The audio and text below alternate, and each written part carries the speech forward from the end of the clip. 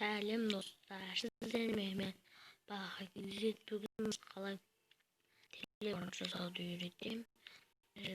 Onun blog, onun adını hapishaneye kaldırıp gideyim. Şeyimizden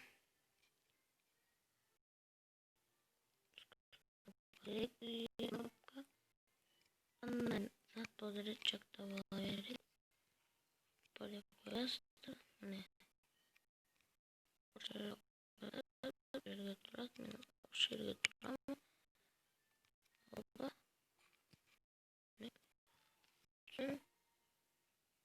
Yine alacak takip biz onu boyutluyoruz. Sonra o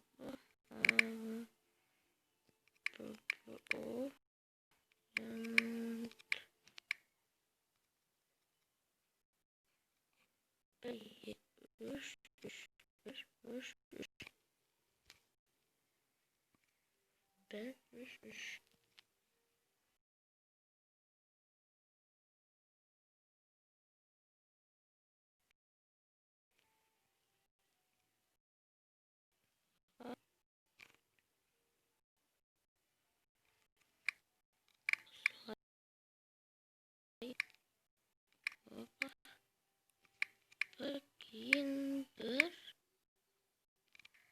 üç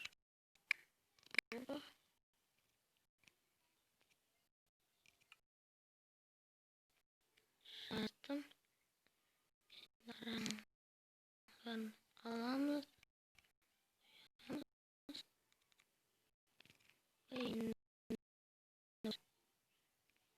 güzel olmuş.